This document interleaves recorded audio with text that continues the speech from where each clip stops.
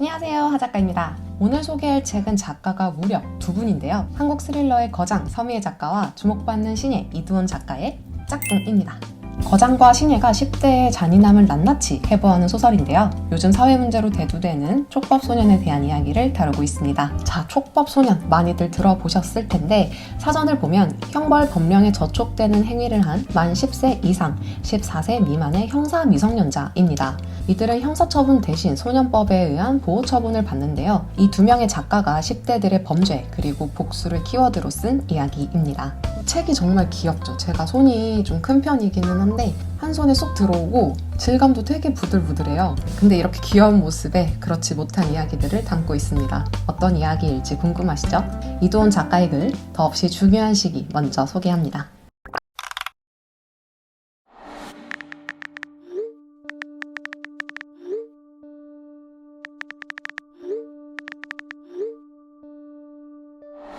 여친한테 차이고 집착하는 남자 재호의 이야기로 시작됩니다. 안 나오면 죽어버릴 거라고 차에 번개탄이랑 수면제도 알뜰살뜰 챙겨왔어요. 여자친구가 문자를 안 볼까봐 여자친구의 동생한테도 문자를 보내놓습니다. 찌질해. 확 죽어버려 마라 이러고 있는데 여자친구 동생인 태희가 집에서 걸어 나오는 거예요. 재호는 왜 태희가 나오는지 의아하죠. 그래서 묻습니다. 언니는 집에 없어? 아니래요. 그럼 언니 데려와 라고 하는데 태희가 갑자기 등 뒤에 숨기고 있던 망치로 재호의 머리를 내리치는 거예요.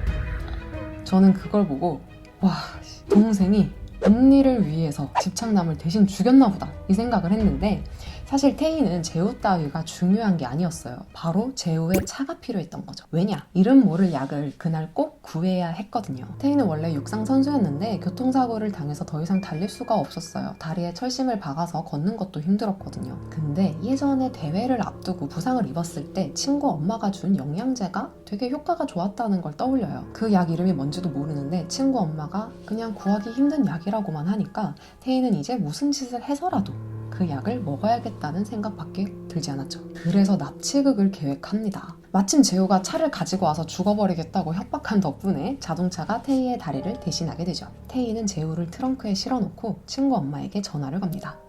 현주씨, 저 태희예요. 약 안 가져오면 예빈이 죽여버릴 거예요. 이러는 거예요. 나 정말 보면서 너무 무서웠어요.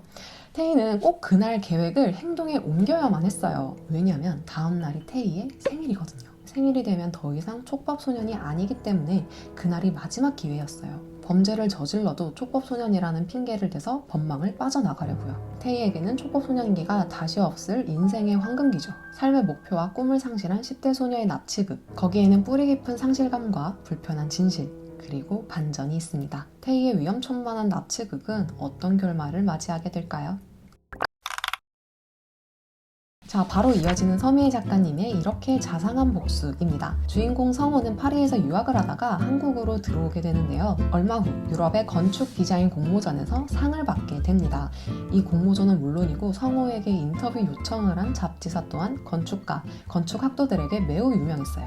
그 잡지에 기사가 실리고 난 후부터 성호의 인생은 성공 가도를 달리게 됩니다. 고정 프로그램 2개의 예능까지 섭렵하면서 연예인의 버금가는 인기를 얻게 되죠. 건축가로서 입지도 굉장히 높아졌고요. 그렇게 모든 게 이대로 잘 풀릴 것만 같았던 어느 날 인터넷에 한 댓글이 올라옵니다.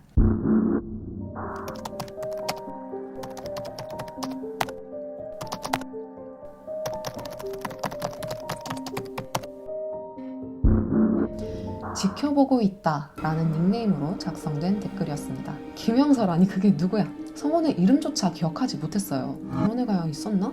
근데 걔가 누군데 내가 죽였다고 하지?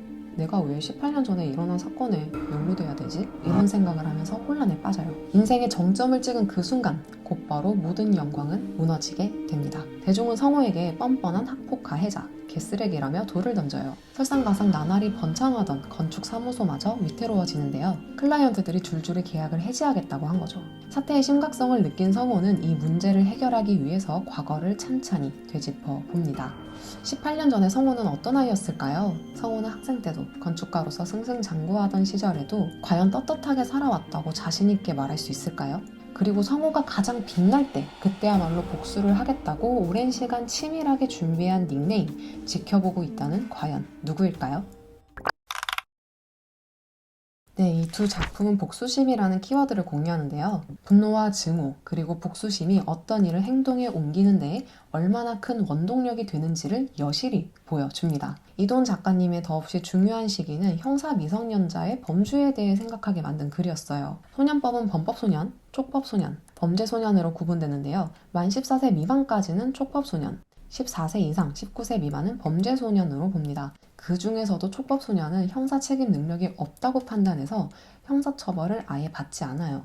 아무리 극악무도한 짓을 해도 감옥을 안 가. 근데 지금 우리 사회를 보면 정말 아이들이 했다고는 믿어지지 않는 그런 일들이 비일비재하잖아요. 다양한 범죄, 범행 수법, 그리고 반성하지 않고 재범을 저지르는 걸 보면 정말 충격이죠. 그래서 소년법에 대해 말이 많은데 저도 관심을 가지고 주시하고 있는 사회 문제 중 하나라서 이 책을 읽고 싶었고 또 여러분들께 소개도 하고 싶었어요. 더 이상 달릴 수 없는 태희는 깊은 상실감을 느꼈을 것이고 그 고통을 잊기 위해서는 약이 필요하다고 생각했을 거예요. 오직 약만 생각했겠죠. 자신이 제일 잘하고 또 좋아하는 달리기를 못하니까 그 약이 얼마나 간절했겠어요. 그런데 납치, 협박, 복수를 계획에 그치지 않고 실행에 옮길 수 있었던 결정적인 요인은 촉법소년이라는 제도가 자신에게 방패가 되어줄 거라고 생각했기 때문이에요. 태희는 그걸 너무나 잘 알고 있었어요. 그리고 지금 우리 사회의 모든 형사 미성년자들도 그걸 대부분, 어쩌면 거의, 아니면 모두 잘 알고 있으리라 생각돼요. 모든 걸 스마트폰으로 쉽게 볼 수 있고, 쉽게 구입할 수 있고, 온갖 자극적인 정보들이 거름망 없이 넘쳐나는 이 시대에서 과연 형사 미성년자의 범주와 처벌 강도를 이대로 둬도 되는가?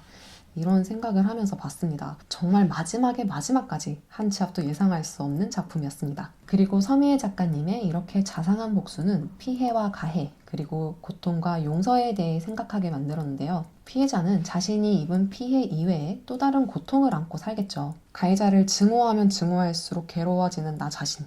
누군가를 죽이고 싶을 만큼 증오한다면 그 감정이 얼마나 뾰족하고 뜨겁겠어요. 작품 속 익명의 누군가는 그걸 18년 동안 끌어안고 살았잖아요. 가해자의 인생을 단번에 망가뜨리기 위해서 아주 오랜 시간을 기다린 만큼 증오는 더욱 커지고 수법은 치밀해질 수밖에 없었겠죠. 학교폭력 이슈가 터지고 나서 가해자들이 제일 많이 하는 말이 그때는 철이 없었다. 분위기에 휩쓸렸다. 어릴 때라서 멋모르고 그랬다. 이제 이런 식의 입장을 많이 내놓잖아요. 사실 그때는 가해자 그들뿐만 아니라 모두가 철이 없을 때란 말이죠. 가해자만 철없고 피해자는 뭐 철들었나요? 그건 아니잖아요. 다들 어리고 미성숙하고 철 없었지만 모두 그렇게 폭력적이고 잔인하고 타인을 육체적, 심리적으로 괴롭히지는 않는단 말이에요. 그래서 단순히 몰랐다, 철이 없었다, 미성숙했다는 말로 과오가 속죄되지는 않는다는 것. 용서는 오로지 피해자의 선택이라는 걸 글을 보면서 다시 한번 느꼈습니다. 네, 프란츠 카프카가 이런 말을 했죠. 악에 관해서는 네가 그것을 충분히 숨길 수 있었다는 따위의 요행을 생각하면 안 된다. 이 책을 보면서 저 또한 과거를 돌이켜보게 됐고 앞으로도 착하게 살아야겠다고 생각했습니다. 자, 결론. 몰아치는 단편 영화 같은 소설을 보고 싶다면 추천. 한 치 앞도 예상할 수 없는 전개를 보고 싶다면 추천. 그리고 촉법소년이라는 사회 문제에 관심이 많은 분들께 추천드립니다. 오늘 영상도 봐주셔서 감사하고요. 저희는 다음에 또 좋은 책으로 만나요. 안녕.